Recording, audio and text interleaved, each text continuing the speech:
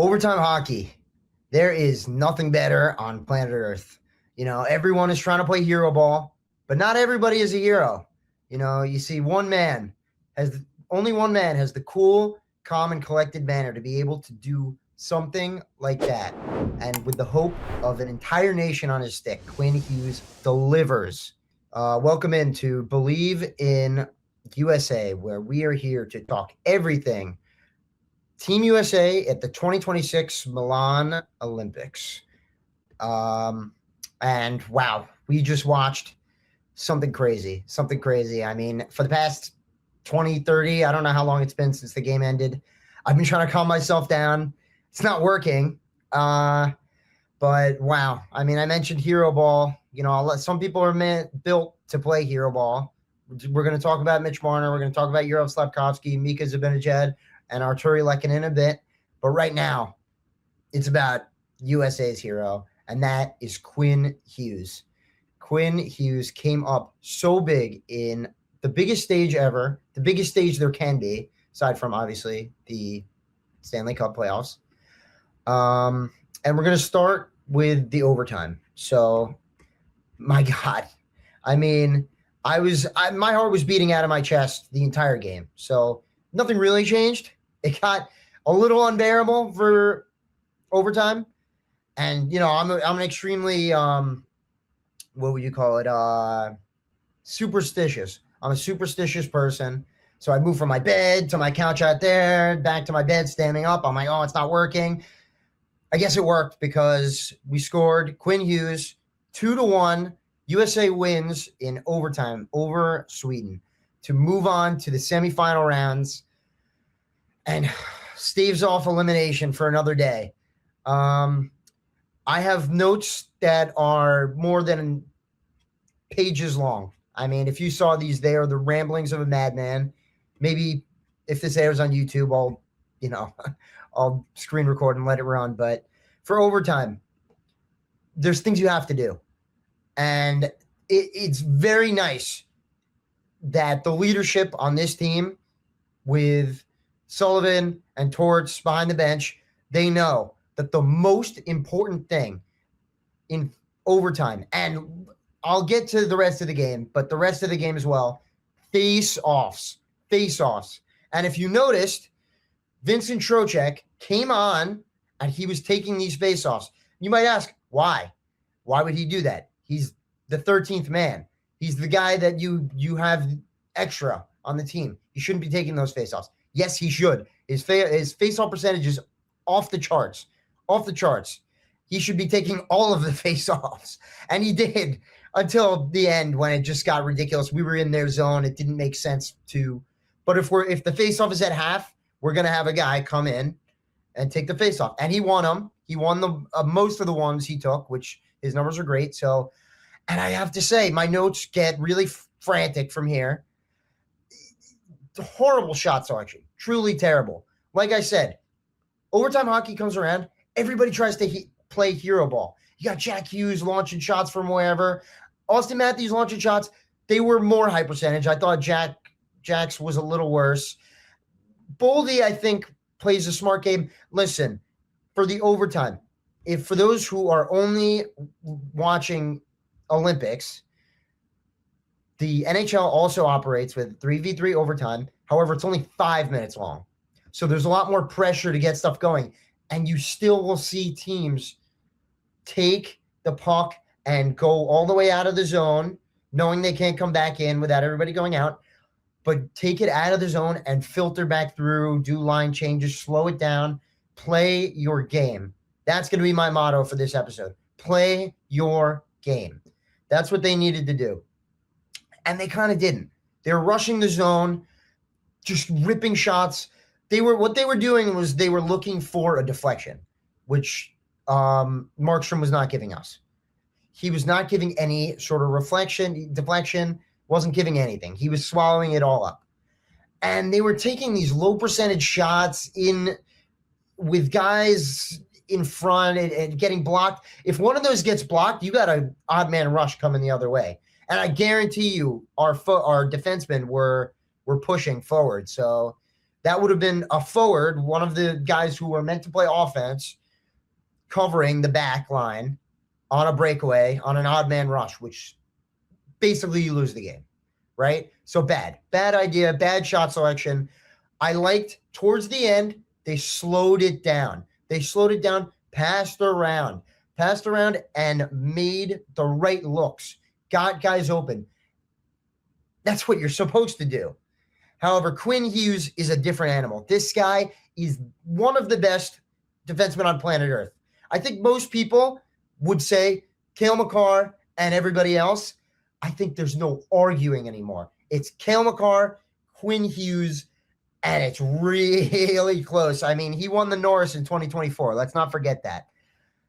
He's right there. And there are other guys. There's tons of guys that I want to give respect a lot on Sweden's defense, which we're going to talk about. But he's right there. And don't you forget it. He's not going to let you forget it anymore. But, wow, they tried to pull him. They even said right before he scored, they said, Quinn, why don't you come off the ice? And he shook his head no. That's what heroes do. And not everybody can do that because skating is exhausting. And he was out there. I'd like to see the numbers when they finally come out about how long his shift was technically before he came back to the bench, which I don't think he played the whole overtime. If he did, oh my God. But I doubt it. You can't. It's not possible. But wow, the move he made, and he got the shot from the point. In hockey, the way to score without getting lucky is to work inside, right? So basically what you see on an average when your team has the puck in the offensive zone is passing along the perimeter, kind of like in basketball when you're passing around the three-point line, right? You try to work that inside shot. There usually be a guy standing in front of the net, either for a tip, which is the most insane thing that they can tip it live, but you'll see that, or just to get it to the inside guy. You get defenders to come off, and then you open up space on the ice. That's the goal.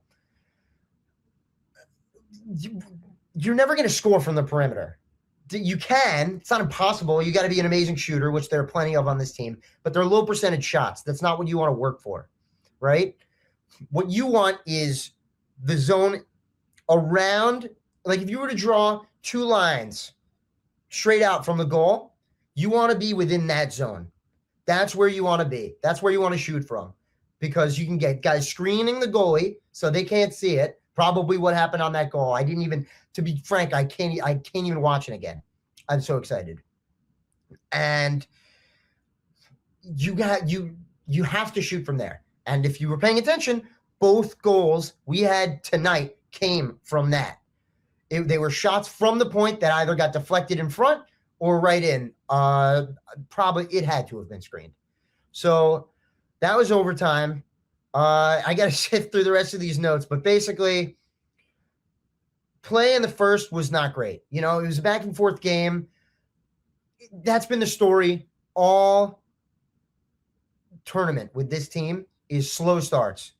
And for my pregame notes, I wrote that I thought Markstrom was a favorable matchup for this USA team.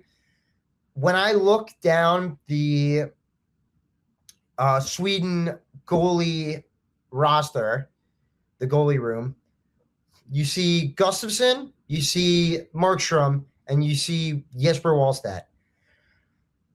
I really thought that out of the three, I thought Markstrom would have been the third guy off. Wallstedt, rookie this year, I believe, insane. The guy had like 3 shutouts and like 10 wins in his first 15 games, something freakish like that. He was setting records that nobody had seen. I thought he would maybe get a nod, but that the safe pick would be Gustafsson because he had been their number one going forward. Guess they didn't like what they saw. I guess I hadn't watched what Sweden was putting out in this tournament, but yeah, weird that they went with Markstrom. But this loss is by no means on him. You can't ever put a 2-1 loss on the goalie. Never, never, never. And then the only other pregame note I have here is just face-offs. I mean, team like this, defense heavy. I'm talking Gustav Forsling. I'm talking Victor Hedman, who didn't play. He got injured in warm-ups, which saved us a lot of everything. Rasmus Anderson, extremely offensive defenseman. Oh my God. Rasmus Dahlin.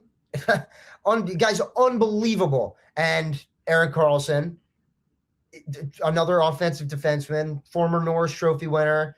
Bit older, but still has got the juice. He's got the juice.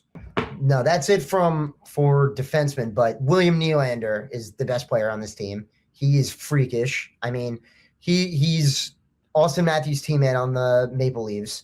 And, those two kind of take the spotlight from each other. But my God, if you're not paying attention to his game, you could miss a lot because he's a highly explosive, extremely fast player who can give you a great all-around game. And he's scary out there. You notice him. You really do notice him. It was funny. I have a group chat going with one of my friends from college and two of our friends also from college. However, they're from Sweden. And so shout out to Oscar and Felix. Tough game. Sorry about that, but I'm glad we got to chat it up.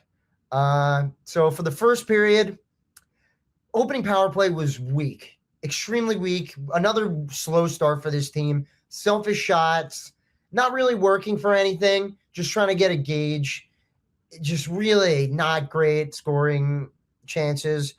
Our defense was really strong, as was theirs. Zone entry, they were blocking us just throughout this whole game.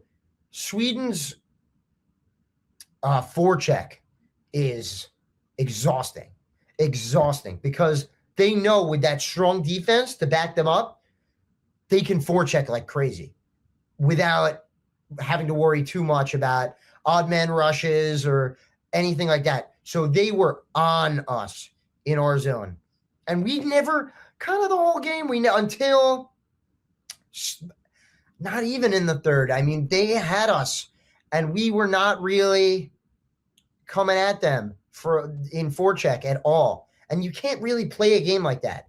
You'll see if you watch the third period, you see that you can't play a game on your heels. You can't play a game on your heels. You have to be playing offense. And you do that by forechecking, and you do that by holding the puck in their zone. Two things that we did not do well today, which is why today looked a little worse than the games previously. I think that is the key difference. If you were watching this game versus the others that we've played, no forecheck, and we really weren't establishing the zone. That means holding the puck, creating and setting up shots with good passing and offense. I thought passing was really weak, and playing our game. We did not play our game to our best ability. And I think that kind of speaks to the talent level on this team, that we could still play a 1-0 stalemate through 3 periods with a team like this, with pretty much, if not, no, they have to be all NHL players. So team full of NHL players and good ones too, really strong on defense. And don't tell Canada, but we definitely had the toughest matchup this round. And I think that's beyond evident. And they struggled, whatever.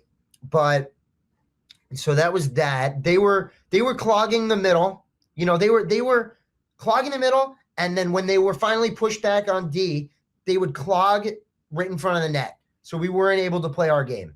And it really disrupted us. I could tell that they were feeling a little frustrated, throwing out shots. It's okay. Long hockey game. Second period, I have such stupid nitpicks written down here. Like Brock Nelson is on a line with Trocheck and Miller. Those two guys are face-off specialists. I figured that's why they got picked for the team. Why is Brock Nelson the one taking the face-off when he should be behind them, behind the face-off dot, so they can knock it right back to him for a quick scoring chance? That's how we scored in all the opening rounds. That's how we're going to score. Whatever. They made the adjustments needed in overtime with Trocheck taking the face-offs. Not a big deal. We did it. Okay. Sweden, brutal forecheck. Oh, our spacing this tournament has been something of a problem. It's going to happen. This is not an NHL team. where you practice with these guys a few times a week. You know these guys. You go out to dinner with these guys every day. You know, you've known them for years, right? That's not what we're dealing with here. We're dealing with guys who probably played youths together, have known each other for a long time, but haven't played with each other at the highest level for very long. Yes, they practiced together in the Olympics. Entirely different, right? Entirely different. So spacing, that's going to happen in tournaments like this. It's not easy to get a feel of where, especially with all these superstars on the ice all at once. You saw, I think it was Matthews and Jack Hughes ran into each other. I think it happened again this game. Not quite as bad as last one, but you know, everybody's used to playing that number one role on their team. You know, taking the puck when it's needed, getting the offense going, trying to establish the zone. And when everybody's trying to grab the puck, nobody can have it. You know what I mean? So it's all about finding the balance. Lazy shot, lazy offense in the second period. Let's see. Hellebuyck, wow. I mean, offense was lazy. Defense was the opposite. I saw incredible help defense. What does that mean? Well, let's say they get a shot and Hellebuyck, who played fantastic game, 30-some-odd saves. Can't say enough about him today. When he would, you know, block a shot, maybe all the way to the left or all the way to the right, he'd come off the net a little bit. They would kind of try and wrap it around the other side and get a quick wrap-in goal. So one of the forwards would recognize that, come back into the crease and block up the zone or go right at the puck. I think you saw that in the third period, Jacob Slavin with an outstanding poke check where it was all yellow right in front of our crease and they had the puck and he was on the floor and he just waxed the puck right on the floor. He did an extremely similar thing in the Four Nations last year. I haven't talked about him much this tournament, but he is irreplaceable. He is so important to have on this team, and he has been helping out immensely. So shout out to him. Shout out to Hellebuyck. We weren't winning faceoffs throughout the game. Wrong guys taking them. You know, that cost us establishing the zone, like I mentioned earlier, and playing our game. You know, you don't establish the zone, you can't play your game. Finally, we win the faceoff, get the puck to the point, boom, goes right in. Larkin, if you go back to my first episode, what did I say the key to this team was? We have a great top six, a lot of great scorers, a lot of physical guys playing their game. We know what those guys' game is. It's that third line center, Dylan Larkin, tips it in. This guy is amazing. He is so great. If it wasn't for what Quinn Hughes had to do in overtime, I'd give him the MVP of the game. Obviously, he can't now, but he is just such a strong player. No matter where you are on the ice, you notice what he does out there. You can't help but notice what he does out there. He's so strong, and he's so physical, and he has so much finesse and all-around play. He's just, I can't say enough good about Dylan Larkin. That's the kind of guy you want to build a team around, especially if that's your third-line center, you're doing something right, okay? And that guy came up big exactly when we needed it. It was a great job by, I think, Jack Hughes to toss the shot in there. Great heads-up play. Fantastic work. Finally, we won the face-off. Just shows you how important it is. And I tried to pull up our numbers. I couldn't find them. Too early after the game. It's okay. I'll live. Kachucks, didn't really see him out there. Doesn't mean they weren't there. You know, in order to get the 1-0 stalemate into the end of the third, with 2 minutes, less than a minute left to go, guys are doing their job, you know? Nobody didn't do their job today. Nobody. Because if you're not on the stat sheet, you're eating up clock, which is a whole other dimension of hockey that does not get talked about. Because there are guys that are out there to eat up clock. And that's kind of what you're going to see from the Kachucks. Well, they have Eichel out there who's going to get the line moving with offense. And they have been extreme offensive producers. Not saying they can't be because they're our first line. They have to be. But you need guys to scrum it up. And you can see Brady giving guys a face wash. It's unbelievable what these guys do. You just need that kind of stuff to get under their skin, laying hits, just bumping them into the boards when they got to. And, all that stuff adds up. And that's how you get a 1-0 game with a minute to go, Couldn't get a call. We finally get another power play. Looked a little better than the first, but it's just not there yet. It's not there where it needs to be against these top teams. And I think this was the best litmus test we're going to get of what this team is going to look like down the stretch. This was as real of a team as you can get. That's not Canada, So many top-end players, so much defense that you have to break through, and we got to get the power play figured out. I get what they're doing with Tage Thompson. I would try maneuvering, seeing what else we can create. We got no shortage of amazing players here, right? We got no shortage of amazing players, all right? There's somebody. And I'm not saying he's the problem because he put up nice shots on the goal line. It just wasn't quite there. They weren't high danger enough. Those shots aren't going to go in. We did get 5 shots on that power play, so it's inching closer to where it needs to be. Not quite there. Third period. I thought it was weird. Sweden's done some very strange things in this tournament, including Phil Forsberg being the 13th man when they play Italy. You could say, okay, they were playing Italy, whatever. It's weird. It's weird because he's probably one of the better players on that team, if not definitely top 5. In my opinion, definitely this year. And you got him as the guy that's subbing in on shifts. I thought that was weird. And then Jesper Bratt, a great player for the Devils, comes in and takes his first shift of the game in the third. You got to think that the only reason that something like that happens is to keep him fresh. And it is an interesting strategy. You got a brand new guy coming in, fresh legs in the third period when all our guys have been just run rampant all game. Happens, whatever. No Hedman either. Very lucky there. What can you do? Injuries suck. Trocheck took a brutal penalty in the third. They got a lot moving. That turned a lot of tides, I think, because hockey's a game of momentum. And when you get momentum going like that, it can start a lot up. And it sucks to have to lose Trocheck because our penalty kill has been incredible. And I have to say, even without him, it did not lose a step. These guys are on every pass that comes across the zone. They are blocking off everything. And being a Rangers fan, I know all too well that Mika Zibanejad on that left side rock star zone, that's what they call it, where the kind of off wing almost by the face-off dot, maybe a little lower. They call that the rock star zone. It's where Ovechkin gets a lot of his goals, very famously. And same with Mika Zibanejad, who, lo and behold, ended up scoring at the end of the third period. He showed you that. He showed you that at the end in their first power play when we were killing that penalty in the third period. And Mike Sullivan has to know that. He's his coach. You have to know that guy is there. And he was sitting there. He sits there. And they work the puck around, getting guys off the weak side so that they can get it to him so he can take that shot. And why? I know it's hard to prepare because you only got 4 guys on the ice. And if you don't disrupt that pass, it's hard to block it up. But you have to know that that's where they're working it. Philip Forsberg on the right side, he's got cold feet. He wasn't shooting for anything. He had wide open nets and he wasn't shooting.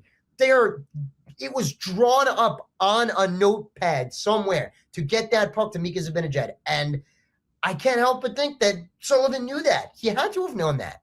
I knew that. It's all over my notes. I can show you. Whatever. It's fine. It wouldn't have been fine because that's exactly how they scored the third goal with the man advantage when they pulled their goalie. And my biggest problem with the third period is they did not play any offense. I think I saw that 33 shot counter on the top right hand corner for at least 15 minutes. I mean, I'd like to see how many third period shots the USA had. It was extremely, extremely frustrating to see. Extremely frustrating to see. No shots. You can't play this game. Hockey is not a game you can play on defense. It might look like you can if you just lock up the house, but this is what the Carolina Hurricanes do. And guess what? They haven't won anything. It's not a feasible way to play this game. You can't play on your heels. You have to push, push, push nonstop. You have to play offense. You can't play on your heels. And I thank God that they got away from that in overtime, because it would have been over. It would have been over in less than a minute with the scores that Sweden had on the ice. It's just, you can't play on your heels. So that's something that they better work on. Working the puck inside, making sure you establish the offensive zone. Play your game. Play your game. Don't play on your heels. Think that's all that I have. I mean, you can't ask for anything better than 3v3 overtime. I think 10 minutes is maniacal. I think you should do 2 5-minute periods, maybe. I don't know. I think 10 minutes is insane. You can't do that to these guys. Quinn Hughes is drenched in sweat. I don't even know how he's alive right now. And you see him in the postgame. He doesn't even care. His face is answering Catherine Tappan's questions. He does not care. He doesn't care. He's the coolest guy. And before we get out of here, I want to provide an update from our friends at FanDuel. We got the top 2 odds for the gold medal. We got Canada sitting at -125 and USA's numbers coming down +115. I Bleav yesterday was 150. That's coming on down, 155. Sweden following up at +1,400. And Slovakia, our next opponent, +2,700. I'll probably do another episode prior to our game against Slovakia. I got to do a lot of research. Watch out for Juraj Slafkovsky. I talked about Hero Ball at the beginning. I mean, I can't imagine. I have not watched their games. Hand up, haven't watched them. Aside from their first one, I think against Finland, I thought they really took it to him. I was happy rooting for him at the time. And I may feel bad about that later down this stretch here. But Juraj Slafkovsky, former first overall pick, he's been playing some hero ball this tournament. He is a leading point scorer, and he has been crushing it for Slovakia. Crushing it. So don't think because this is not one of the teams we highlighted earlier that this is going to be a breeze for us. It will not. This is a real hockey team, okay? So watch out for them. Wanted to give a little speech about Canada. Basically the same thing as us. I mean, we had 3 overtime hockey games today. What more can you ask for? What more do you want? Are you not entertained? Macklin Celebrini had 3 points in this game. I mean, 19 years old. People weren't even sure if he was going to make the team.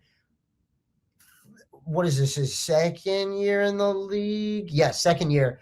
This guy is lighting it up. Lighting it up. This kid is unbelievable. What's happening right here? Scored on his first shift of Olympic hockey. Who does that? Who does that? And it's just weird. His dad is like the physical therapist or physical trainer for the Golden State Warriors. Very odd. This kid is fantastic. If you're not watching San Jose Sharks hockey, start. Mitch Marner, are we serious? I mean, I don't know which overtime goal to put against which is more unbelievable. They both are. Mitch Marner dekes 3 guys. Quinn probably did too. Just dinked one in top bar. It's so much. It's going to take a long time to process this. Sidney Crosby gets hurt. You hate to see that. You really, really hate to see that. I hope he can still play. I mean, I think that was a big motivating force for them. Either going into overtime or to tie the game up. Nick Suzuki, unbelievable clutch machine. This guy is unbelievable. Everybody left in the tournament is to be respected. Okay, put respect on their names. Watch them. Look them up. These guys are all scary.